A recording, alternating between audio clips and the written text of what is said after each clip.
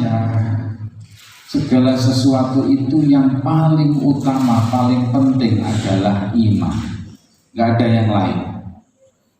Apalah artinya kita hidup, apalah artinya kita juga diberikan kesempatan kalau tidak didasari dengan iman. Maka iman ini menjadi pokok, menjadi fondasi. Ketika dasarnya iman, insya Allah bangunan yang ada di atasnya itu akan selalu kokoh dan akan senantiasa bermanfaat.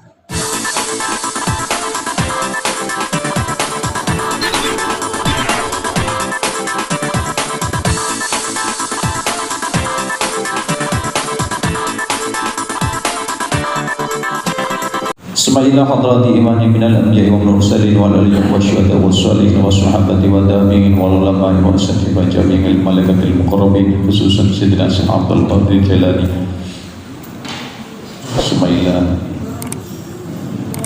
Sumailan jami' ahli kubur minal muslimina wa muslimin syarihil ardi ila magharibiha barriha wa bahriha khususan abaina wa ummahatina wa ajdatina wa jaddatina wa khususan ila arwahina. الفاتحة. أعوذ بالله من الشيطان الرجيم. بسم الله الرحمن الرحيم. الحمد لله رب العالمين الرحمن الرحيم مالك يوم الدين. إياك نعبد وإياك نستعين اهدنا الصراط المستقيم صراط الذين أنعمت عليهم غير المغضوب عليهم ولا الضالين آمين. تقبل الله منا ومنكم تقبل يا كريم. أعوذ بالله من الشيطان الرجيم. بسم الله الرحمن الرحيم. ياسين والقرآن الحكيم إنك لمن المرسلين على صراط مستقيم تنزيل العزيز الرحيم لتنذر قوما ما أنذر آباؤهم فهم غافلون لقد حق القول على أكثرهم فهم لا يؤمنون إنا جعلنا في أعناقهم أغلالا فهي إلى الأذقان فهم مقمحون من بين أيديهم سدا ومن خلفهم سدا فأغشيناهم فهم لا يبصرون وسواء عليهم أأنذرتهم أم لم تنذرهم لا يؤمنون إنما تنذر من اتبع الذكر وخشي الرحمن بالغيب فبشره بمغفرة وأجر كريم. إنا نحن نحيي الموتى ونكتب ما قدموا وآثارهم وكل شيء أحصيناه في إمام مبين. واضرب لهم مثلا أصحاب القرية إذ جاءها المرسلون إذ أرسلنا إليهم اثنين فكذبوهما فعززنا بثالث فقالوا إنا إليكم قالوا ما أنتم إلا بشر مثلنا وما أنزل الرحمن من شيء إن أنتم إلا تكذبون. قالوا ربنا يعلم إنا إليكم لمرسلون وما علينا إلا البلاغ المبين. قالوا إنا لطيرنا بكم لئن لم تنتهوا لنرجمنكم وليمسنكم منا عذاب أليم. قالوا طائركم معكم أئن ذكرتم بل أنتم قوم مسرفون.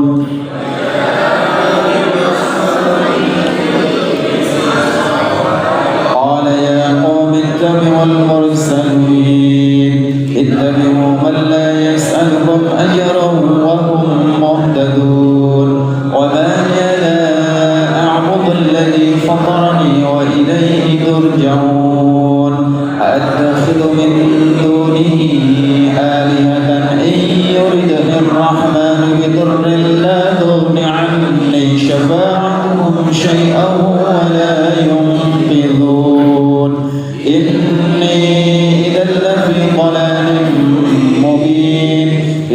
إني آمنت بربكم فاسمعون جنة قال يا ليت قومي يعلمون بما غفر لي ربي وجعلني من المكرمين وما أنزلنا على قومه من بعده من جند من السماء وما كنا منزلين إن كانت إلا صيحة واحدة فإذا هم خامدون يا حسرة على العباد ما يأتيهم من رسول إلا كانوا به يستهزئون ألم يروا كم أهلكنا قبلهم من القرون أنهم إليهم لا يرجعون وإن كل لما جميع لدينا محضرون وآية لهم الأرض الميتة أحييناها وأخرجنا منها حبا فمنه يأكلون وجعلنا فيها جنات من نخيل وأعناب وفجرنا فيها من العيون ليأكلوا من ثمره وما عملته أيديهم أفلا يشكرون سبحان الذي خلق الأزواج كلها مما تنبت الأرض ومن أنفسهم ومما لا يعلمون وآية لهم منه النار فإذا هم مظلمون والشمس تجري لمستقر لها ذلك تقدير العزيز العليم والقمر قدرناه منازل حتى عاد كالمرجون القديم الشمس ينبغي لها أن تدرك القمر ولا الليل سابق النهار وكل في فلك يسبحون وآية لهم أنا حملنا ذريتهم في الفلك المشحون وخلقنا لهم من مثله ما يركبون وإن نشأ نغرقهم فلا صريخ لهم قدور إلا رحمة منا ومتاعا إلى حين واتقوا ما بين أيديكم وما خلفكم لعلكم ترحمون وما تأتيهم من آية من آيات ربهم إلا كانوا عنها معرضين وإذا قيل لهم أنفقوا مما رزقكم الله قال الذين كفروا للذين آمنوا أنطعم من لو يشاء الله أطعمه إن أنتم إلا في ضلال مبين. Berikutnya yaitu kajian tentang manajemen kolbu, bahwa di dalam Islam itu kira-kira yang kita pahami ada 3 pembagian, yaitu akidah, iman, Islam dan ihsan. Ketika kita berbuat kebaikan maka harus kita laksanakan dengan benar. Demikian juga ketika kita melakukan sebuah perbuatan tentang kebenaran harus dilaksanakan dengan baik. Sepertinya itulah pemaknaan, barangkali salah satu pemaknaan dari ihsan. Islam saja ternyata tidak cukup, akan tapi juga harus kita laksanakan juga, penuhi juga tentang aspek ihsan. Dan pada pagi hari ini pembahasan kita adalah tentang bagaimana menata hati kita, atau mungkin lebih familiar dengan bahasa yang lain adalah manajemen kolbu. Untuk lebih menyingkat waktu dan kesempatan sepenuhnya, kami persilakan kepada Ustadz kita, yaitu Ustadz Ali Maksum SPDI. Waktu dan kesempatan kami persilakan. Monggo. Assalamualaikum warahmatullahi wabarakatuh.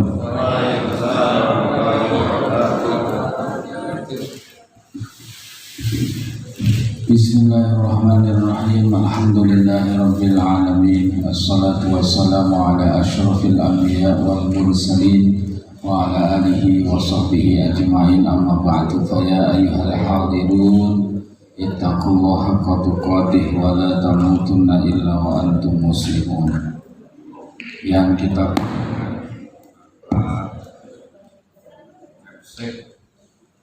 KM3 Majelis Guru dan seluruh yang hadir pada kesempatan pagi hari ini, alhamdulillah, syukur senantiasa kita panjatkan kehadirat Allah yang mana sampai detik pagi hari ini Allah masih memberikan kepada kita umur yang panjang, Allah berikan kesehatan, dan semoga kita semua dijauhkan dari segala mara bahaya, termasuk penyakit-penyakit yang tidak kita inginkan. Allahumma amin. Dan kita berdoa semoga seluruh keluarga kita, istri kita, suami kita, anak kita, bahkan mungkin orang tua kita, semoga Allah pelihara, Allah jaga dari hal-hal yang tidak diinginkan. Allahumma amin. Bapak Ibu hadirin yang berbahagia, 30 menit ke depan saya akan sampaikan materi, dan semoga ini menjadi prolog yang menjadi bahan diskusi kita pagi hari ini, dan semoga duduk kita ini akan menjadikan terhapusnya dosa-dosa kita, dicatat sebagai amal soleh, dan juga dinaikkan derajat kita di sisi Allah Subhanahu wa Ta'ala. Pagi hari ini saya akan bahas berkenaan dengan manajemen qalbu berkaitan dengan kalimat La ilaha illallah. Bahwasannya segala sesuatu itu yang paling utama, paling penting adalah iman. Gak ada yang lain.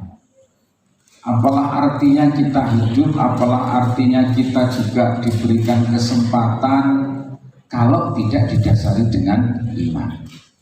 Maka iman ini menjadi pokok, menjadi fondasi. Ketika dasarnya iman, insya Allah bangunan yang ada di atasnya itu akan selalu kokoh dan akan senantiasa bermanfaat. Setelah iman, yang paling utama adalah kalamullah, firman Allah. Nah, firman Allah ini kan banyak, mulai dari sohifah yang Allah turunkan kepada nabi-nabinya, kitab-kitab suci yang Allah turunkan kepada Rasulnya. Di antara kalamullah yang paling utama adalah Al-Quran. Kita kenal dengan Taurat, kita kenal dengan Injil, kita kenal dengan Zabur, tapi yang original, ya, bukan yang sekarang ini. Karena menurut para ulama 13 abad yang lalu telah diteliti, kitab-kitab tersebut telah mengalami perubahan. Ya, mohon maaf ini kalau kemudian di sini nggak ada yang nonton.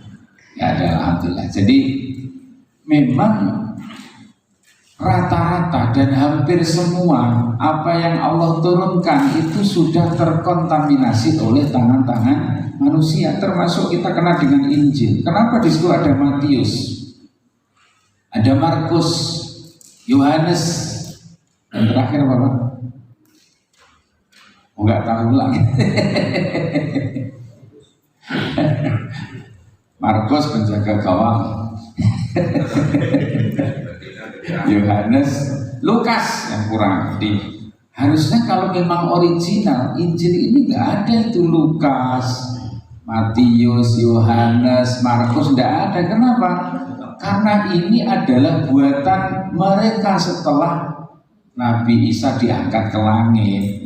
Bukan dari Allah kepada Nabi Isa, tapi ini sudah buatan mereka. Sementara mereka ini, di antara 4 orang ini, ada yang pernah ketemu dengan Nabi Isa, ada juga yang nggak ketemu.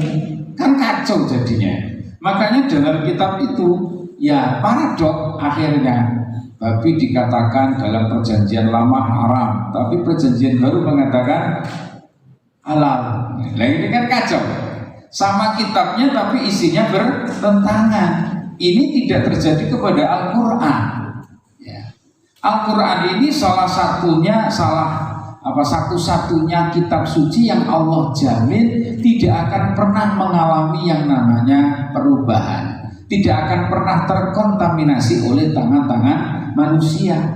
Allah telah berjanji, inna nahnu nazzalna dzikra wa inna lahu lahafizun. Sesungguhnya kamilah yang menurunkan Al-Quran. Loh, Allah kok kami ya?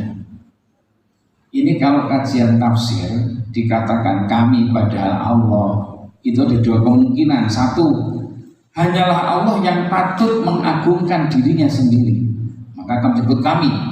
Yang kedua, biasanya kalau Allah berfirman kami itu melibatkan makhluknya. Turunnya Al-Quran kan tidak langsung dari Allah kepada Nabi, tapi melalui perantara malaikat Jibril. Maka dikatakan inna nahnu, sesungguhnya kami nazalna dzikra, yang menurunkan Al-Quran, wa inna lahu lahafidun, dan sesungguhnya kamilah yang akan menjaga, memelihara keoriginalan daripada Al-Quran. Caranya bagaimana? Caranya adalah Allah membuat umat Islam, sebagian umat Islam hafal Al-Quran. Coba cek, ada nggak umat yang lain yang hafal dengan kitab sucinya? Hampir nggak pernah kita dengar, dan memang tidak ada orang yang hafal kitab sucinya selain umat Islam. Nah, saya nggak terlalu jauh di situ. Nah, setelah la ilaha illallah, setelah Al-Quran itu adalah kalimat la ilaha illallah.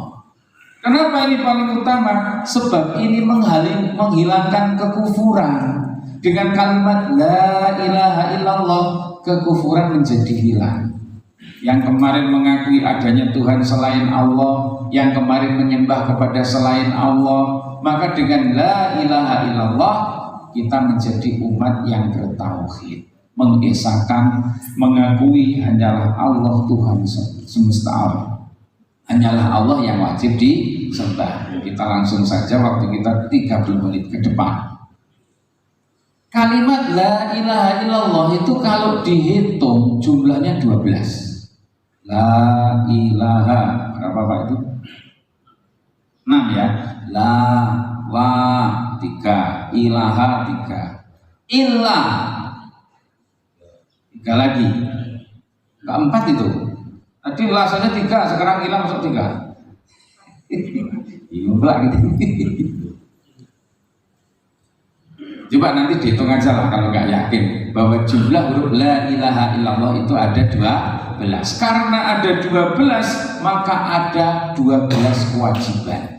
6 berupa kewajiban yang bersifat dohir atau fisik, yang 6 berikutnya bersifat batin. Yang dohir saya kira sudah jelas. Orang yang mengaku beriman Islam harus mengucapkan kalimat syahadat la ilaha illallah. Yang kedua mesti sholat. Ketiga mesti setelah sholat zakat, terus puasa, sholat, syahadat, sholat, zakat, puasa, haji. Sekarang tutup ini untuk Indonesia. Umroh sekarang kabarnya 60 Pak. Ya Allah, gara-gara Mbah Corona, nanti kita tangkap aja Mbah Corona ini. Kemarin 30, sekarang kemarin cuma berapa itu? 25-nya udah hotel berbintang 5 itu. Sekarang 60 nggak tahu bintang berapa itu. Oh, bintang 7 jangan-jangan. Yang keenam adalah jihad, yaitu memperjuangkan agama Allah. Dan saya yakin kita-kita yang ada di sini sangat berpotensi untuk melakukan jihad. Jihad di sini diartikan secara luas, yaitu bagaimana kita ikut-ikut, yaitu melestarikan Islam. Kita sebagai guru, kita punya wilayah bagaimana mengajarkan kepada mereka untuk teguh, untuk istiqomah di dalam iman wal Islam. Ya walaupun kita SMK, tapi kan kita punya peluang-peluang di situ. Dengan skill yang kita miliki, jangan lupa titipkan agama kepada mereka. Saya yakin Bapak Ibu sudah meninggal akan tetap dapat pahala kalau yang Ibu ajarkan itu adalah mengenal Tuhan, adalah mengesahkan Allah Subhanahu wa ta'ala. Diajarkan mereka contoh sholat yang benar, contoh bagaimana wudhu yang benar, yang ringan-ringan. Tapi kalau itu kemudian diamalkan, maka akan menjadi jariah. Walaupun kita sudah meninggal, maka kita tetap akan mendapat transferan pahala. Nah, Nah, berikutnya adalah bersifat batin. Ini agak susah Pak. Ini manajemen qalbi. Yang pertama adalah tawakal. Apa itu tawakal? Siqatul qalbi bil wakilil haq inda ta'adzuril asbab. Siqatan bimusabibil asbab. Ada yang paham Pak? Saya aja gak mumet mikir ini. Tawakal adalah percayanya hati kepada Allah yang diserai. Hidup ini kan harus kita pasrahkan kepada Allah Pak ya. Kalau nggak mumet kita ini, masalah demi masalah terus bertubi-tubi. Ketika masih remaja, masalahnya masalah remaja. Ketika pemuda, lajang, masalahnya masalah lajang. Ada yang belum menikah? Kita doakan semoga cepat. Amin ya rabbal alamin. Apalagi sudah saatnya. Sebab kalau orang sudah saat menikah nggak menikah, itu kata Nabi saudara setan. Bukan kawan, bukan teman, tapi saudara setan. Nggak enak kali kalau saudara ya. Nah tapi masalahnya jodoh Pak, kita juga nggak boleh mencela karena jodoh itu urusan Tuhan, kita nggak bisa paksakan. Kalau memang belum jodoh dikejar ujung dunia pun nggak akan ketemu. Tapi kalau jodoh gampang kali kesandung batu ya jadi jodohnya. Nah itu Pak ngelatur kemana-mana ini kita ini. Percayanya hati kepada Allah Al-Wakil yang dipasrahi ketika sulitnya sebab, karena lebih percaya kepada yang membuat sebab. Coba dicerna pelan-pelan. Saya pun pernah pelan-pelan yang memahami ini. Hati itu yakin betul, percaya betul kepada Allah. Dengan sekira hati itu tenang, tidak gelisah, tidak resah ketika tidak ada sebab. Kenapa? Karena lebih percaya kepada yang membuat sebab. Kita ini seringkali galau. Bahasa lain apa galau? Gundah gulana. Anak muda bete. Ya.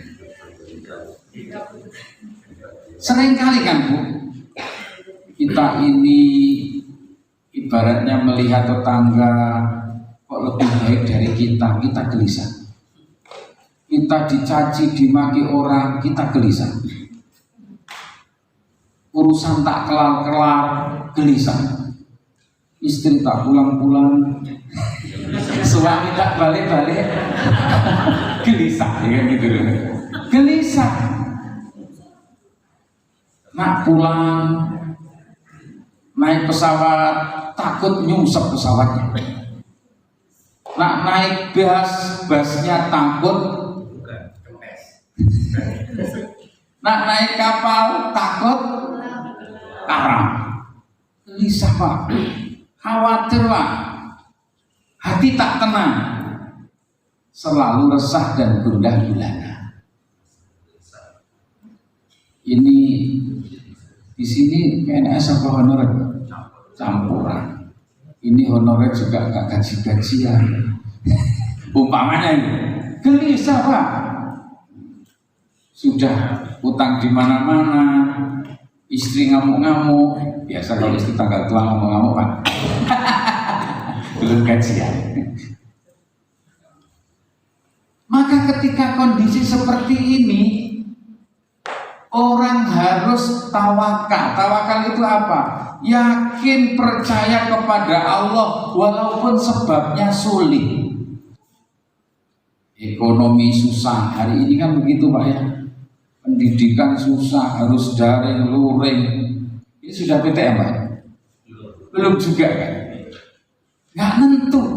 Lah kalau kita berharap hasil didik kita bagus, nggak mungkin pakai daring, luring, mesti PTM. Belum lagi yang namanya mendidik itu kan bukan transfer of knowledge, tapi transfer of karakter, ya kan? Dari mana kita akan bisa transfer karakter kalau kita nggak PTM? Nggak mungkin bisa. Pendidikan sulit, ekonomi sulit, sosial juga sulit, kan ada PPKM. Kemudian mengenai politik juga kacau balau hari ini. Kalau kita mendengar kabar istana kayak apa, ya, di parlemen kayak apa. Ini semua adalah permasalahan-permasalahan dunia yang kalau tidak kita sikapi dengan tawakal, maka akan galau, maka akan resah, akan gundah gulana. Itu tidak berlaku bagi orang yang tawakal kepada Allah. Baginya, saya lebih percaya kepada Allah daripada sebab. Contoh lain apa ya? Umpamanya Bapak Ibu di PHK dari SMK 3 ini, siap nggak Pak? Bingung, ngomong nggak berani. Kenapa? Selama ini kita lebih yakin usaha kita, lebih yakin dengan akal kita, lebih yakin dengan apa yang sudah kita lakukan, lebih yakin dengan kekuatan kita. Padahal kalau kita nolkan, coba kita bisa melihat karena Allah, kita bisa mendengar karena Allah, kita bisa berbicara karena Allah, kita bisa bergerak melangkah juga karena Allah. Kita bisa ngomong karena Allah, bisa bergerak karena Allah, bisa melangkah karena Allah. Lah kok kita ngaku-ngaku? Ini kan saya, ini kan karena usaha saya, ini kan karena ilmu saya. Kan nggak nyambung, gitu loh. Apakah kalau kemudian orang itu punya mata mesti bisa melihat, Pak? Oh, enggak juga kan? Artinya memang orang bisa melihat itu murni karena Allah. Orang buta itu kan punya mata, lengkap kan Pak? Itu bola matanya, kelopak matanya, lensanya, retinanya, lengkap. Tapi kenapa nggak bisa melihat? Untuk membuktikan bahwa orang bisa melihat itu karena izin Allah. Orang budik juga sama, daun telinga ada, tulang martelnya lengkap, gendang suara juga nggak hilang, tapi nggak mendengar karena memang mendengar atau tidak itu atas izin Allah Subhanahu wa Ta'ala. Kalaulah kita mengenalkan diri bahwa semua itu milik Allah, maka jangan diakui, jangan mengandalkan, jangan bersandar kecuali kepada Allah Subhanahu wa Ta'ala. Kadang saya mikir, anak saya kalau kayak begini jadi apa? Sekolah nggak PTN, di rumah hari-hari berkelahi dengan maknya. Oh, ini. Yang punya anak di rumah Bu, berkelahi terus hari-hari. Karena rata-rata anak itu jarang urus sama orang tua sendiri. Maka kadang-kadang sebagai pendidik kita lebih mengakui lebih enak didik anak orang daripada anak diri kita sendiri. Saya ada servis 200, lebih gampang didik anak 200 daripada anak saya 2 itu. Ya Allah. Maka karena itu, apakah? Yakinlah, percayalah kepada Allah. Jangan percaya kepada usaha kita. Jangan percaya dengan akal kita. Jangan percaya dengan amal kita. Jangan percaya dengan kekuatan kita. Bersandarlah kepada Allah. Saya mau contohkan burung. Nah ini contoh makhluk paling tawakal. Burung Pak, saya yakin burung itu tidak pernah nyimpen kayak kita. Ada nggak burung punya tabungan? Punya. Apakah di ATM, apakah di lumbungnya? Namanya burung, cari dalam keadaan lapar, kenyang, pulang. Tidak pernah nyimpang. Tidak pernah nyimpang. Sampai nyimpan repot, kulkas rebutan sama burung. Tidak ada kan Pak? Nyimpen makanan enggak, nyimpen minuman enggak. Kok bisa? Tawakal. Berangkatnya itu karena Allah, baliknya juga karena Allah. Yang diandalkan Allah. Kalau kita kan enggak. Yang diandalkan usaha kita. Saya anak ke sekolah, saya kerja di sekolah biar dapat gaji sekolah. Yang diandalkan adalah kerjanya, bukan Allahnya. Burung nggak pernah, coba burung, tengok, tahu nggak burung itu di mana dia akan menjemput rezeki? Nggak pernah tahu burung itu. Kalau kita wajar ke pasar belanja, tahu kita tempat mengambil. Ke sawah kita ngambil, bercocok tanam, tahu kita tempat mengambilnya. Tapi kalau burung nggak pernah terbersit, saya dapat rezeki di sana, enggak. Yang penting niatnya karena Allah, dia percaya kepada Allah, saya akan cari, pasti Allah akan memberi. Nah itu dia. Saya coba renungkan, kayak jadi pedagang itu lebih mudah tawakal. Namanya pedagang Pak, kadang rame, kadang nggak ada pengunjung. Saat sepi pengunjung pasti agak gelisah, agak resah. Nggak ada yang beli. Besok bayar anak sekolah, belasnya habis, mumet ini. Itu kalau kita nggak tawakal. Coba kita tawakal, udahlah. Yang penting kita ikhtiar saja. Dapat apa enggak itu urusan sono, urusan Allah. Maka kita akan tenang. Kita nggak akan gelisah, kita nggak akan resah, tenang. Kenapa? Lagi-lagi sandarannya adalah Allah. Kalau dituruti kan resah Pak kita Pak, gelisah kan. Waduh, tidak ada yang datang. Gimana ini? Sementara sehari harus menghasilkan 100.000. Pelanggan pada kemana? Nah, itulah wujud orang yang gelisah, resah dikarenakan tidak bersandar kepada Allah, tetapi lebih percaya kepada usahanya, lebih percaya kepada kekuatannya, lebih percaya kepada amalnya. Maka siapapun kita tidak boleh bersandar kepada selain Allah, termasuk kepada amal Pak. Kita tidak boleh bersandar pada amal. Oh, saya rajin sholat malam. Oh, saya rajin sedekah. Oh, saya tuh orang soleh. Tidak bisa Pak. Kenapa nggak bisa? Pertama, orang itu seandainya dari sejak lahir beribadah sampai mati, maka tidak akan mengimbangi nikmat yang Allah taruh di mata kita. Yang kedua, Allah kan bebas. Mau memberi pahala orang yang berbuat baik atau enggak? Mau menyiksa orang berdosa atau enggak? Enggak wajib bagi Allah memberi pahala orang yang sholat, orang yang rajin baca Quran, orang yang sholat malam. Enggak ada kewajiban bagi Allah. Oh, kalau kita ibaratnya barter ya, itu enggak kelokok. Nikmat Allah yang di mata saja enggak akan terbandingi dengan amal dia selama hidup. Nah kok minta gaji, minta pahala itu dari mana?